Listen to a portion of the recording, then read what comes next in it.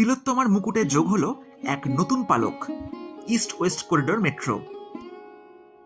Esplanade থেকেই ভাগ হয়ে যায় পুরনো ব্লু লাইন এবং এই নতুন গ্রিন লাইন মেট্রো। পরক্ষণে সিঁড়ি দিয়ে নেমেই পেয়ে গেলাম দাঁড়িয়ে থাকা নতুন গ্রিন লাইন মেট্রো। ভিড়ে ঠাসা মেট্রোতে মহাকরণ স্টেশন পেরোতেই প্রবেশ করলাম গঙ্গার নিচে।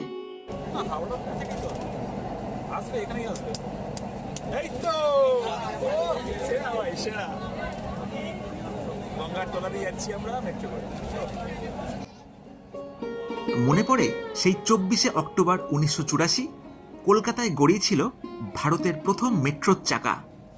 তারপর থেকেই কেটে গেছে 40টা বছর।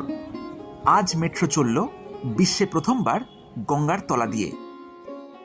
সেইভাবেই প্রথমবার হাওড়া মেট্রো স্টেশনে পৌঁছে অভিভূত হলাম।